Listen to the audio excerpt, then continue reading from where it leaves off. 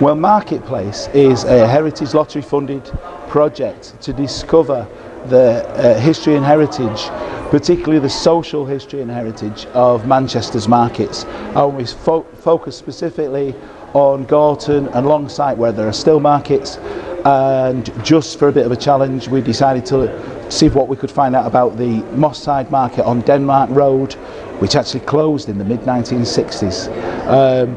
And the aim was to engage people, get them to learn some skills, get them to connect with some of our other opportunities, for opportunities team functions. So people have not only come along and done sort of workshops locally, learned how to do oral histories recording, creative writing, photographic workshops.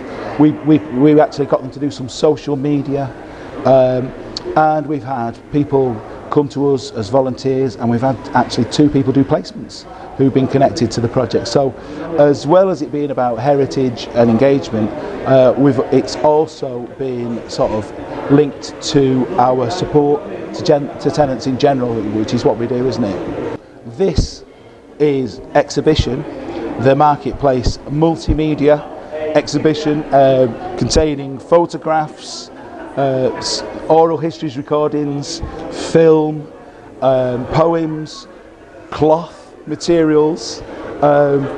It's the culmination of work that we've been doing, both in the areas, in the local areas where the markets are, and then towards the end to pull together the exhibition since September. So it's been a really short timeline.